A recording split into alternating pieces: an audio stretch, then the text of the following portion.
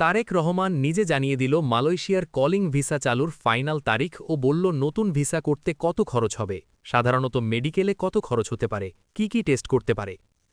আসসালামু আলাইকুম প্রিয় ভিউয়ার্স, মালয়েশিয়া যাওয়ার স্বপ্ন দেখা হাজারো কর্মপ্রার্থীর জন্য আজকের এই বিশেষ প্রতিবেদন অত্যন্ত গুরুত্বপূর্ণ ও সময়োপযোগী।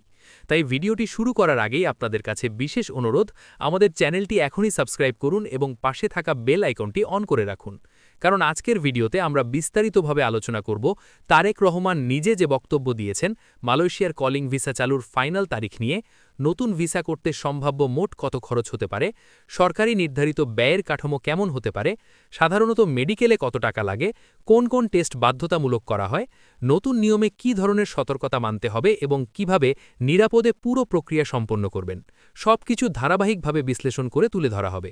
তাই ভিডিওটি শেষ পর্যন্ত মনোযোগ দিয়ে দেখুন। সাম্প্রতিক সময়ে রাজনৈতিক অঙ্গনে আলোচিত নেতা তারেক রহমান এক বক্তব্যে মালয়েশিয়া শ্রমবাজার নিয়ে গুরুত্বপূর্ণ ইঙ্গিত দিয়েছেন বলে বিভিন্ন সূত্রে জানা গেছে। সেখানে কলিং ভিসা চালুর একটি নির্দিষ্ট চূড়ান্ত তারিখের কথা উল্লেখ করা হয়েছে এবং প্রক্রিয়া দ্রুত সম্পন্ন করার আশ্বাস দেওয়া হয়েছে।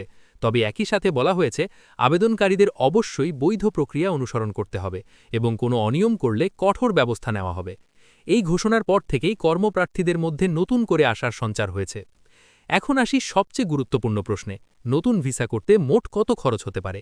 সাধারণত কলিং ভিসা প্রক্রিয়ায় যে খরচগুলো থাকে তার মধ্যে রয়েছে রিক্রুটিং এজেন্সির সার্ভিস চার্জ, সরকারি নির্ধারিত ফি, ভিসা স্ট্যাম্পিং খরচ, মেডিকেল পরীক্ষা, পুলিশ ক্লিয়ারেন্স, বায়োমেট্রিক নিবন্ধন, ডকুমেন্ট ভেরিফিকেশন এবং এয়ার টিকিট।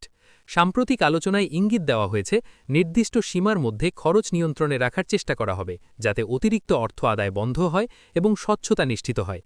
তবে সেক্টর ভেদে ও কোম্পানি ভেদে খরচ কিছুটা কম বেশি হতে পারে। তাই আবেদনকারীদের উচিত লিখিত চুক্তি ও রসিদ সংগ্রহ করা এবং প্রতিটি খরচ সম্পর্কে স্পষ্ট ধারণা নেওয়া। মেডিকেল খরচ নিয়ে অনেকের মনে প্রশ্ন থাকে। সাধারণত অনুমোদিত মেডিকেল সেন্টার থেকে পরীক্ষা করাতে হয় এবং নির্ধারিত ফি অনুযায়ী অর্থ পরিশোধ করতে হয়। মেডিকেলের মধ্যে থাকে পূর্ণ শারীরিক পরীক্ষা, বুকের এক্স-রে, রক্ত পরীক্ষা, প্রস্রাব পরীক্ষা, সংক্রামক রোগ শনাক্তকরণ, হেপাটাইটিস বি ও সি স্ক্রিনিং, এইচআইভি পরীক্ষা, ড্রাগ টেস্ট এবং প্রয়োজনে অতিরিক্ত স্বাস্থ্য যাচাই। কোনো ধরনের শারীরিক সমস্যা বা সংক্রামক রোগ ধরা পড়লে রিপোর্ট সরাসরি অনলাইন সিস্টেমে আপলোড হয় এবং কর্তৃপক্ষ তা যাচাই করে সিদ্ধান্ত নেয়, ফলে কোনো কারচিপি বা ভুয়া রিপোর্টের সুযোগ থাকে না। নতুন নিয়মে ডিজিটাল ভেরিফিকেশন ও বায়োমেট্রিক পদ্ধতি আরও কঠোর করা হয়েছে। আবেদনকারীর ফিঙ্গারপ্রিন্ট, ছবি ও ব্যক্তিগত তথ্য সংরক্ষণ করা হবে, যাতে ভবিষ্যতে কোনো অনিয়ম ধরা পড়লে দ্রুত ব্যবস্থা নেওয়া যায়। জাল কাগজপত্র ব্যবহার, মিথ্যা তথ্য প্রদান বা মেডিকেল রিপোর্টে হস্তক্ষেপ প্রমাণিত হলে আবেদন বাতিল হওয়ার পাশাপাশি বড় অঙ্কের জরিমানা ও কারাদণ্ডের ঝুঁকিও থাকতে পারে। এমনকি ভবিষ্যতের জন্য ব্ল্যাকলিস্ট হওয়ার সম্ভাবনাও উড়িয়ে দেওয়া যায় না। বিশেষজ্ঞরা বলছেন এখন আর শর্টকাট পদ্ধতিতে বিদেশ যাওয়ার সুযোগ নেই, বরং সঠিক কাগজপত্র, বৈধ এজেন্সি এবং ধৈর্য ধরে সরকারি নিয়ম মেনে চলাই একমাত্র নিরাপদ পথ।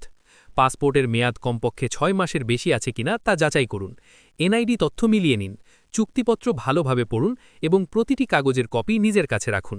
মনে রাখবেন, দ্রুত ভিসা দেওয়ার প্রলোভন, কম খরচে কাজ পাইয়ে দেওয়ার আশ্বাস বা গোপন পদ্ধতির কথা বলা এসবই প্রতারণার ফাঁদ হতে পারে। তাই সচেতন থাকুন, তথ্য যাচাই করুন এবং প্রয়োজনে সংশ্লিষ্ট দপ্তরে যোগাযোগ করুন।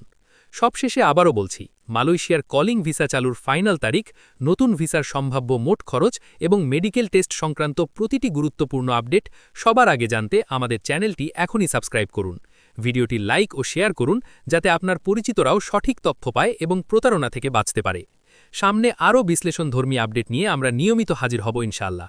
সবাই ভালো থাকুন, সুস্থ থাকুন। ধন্যবাদ।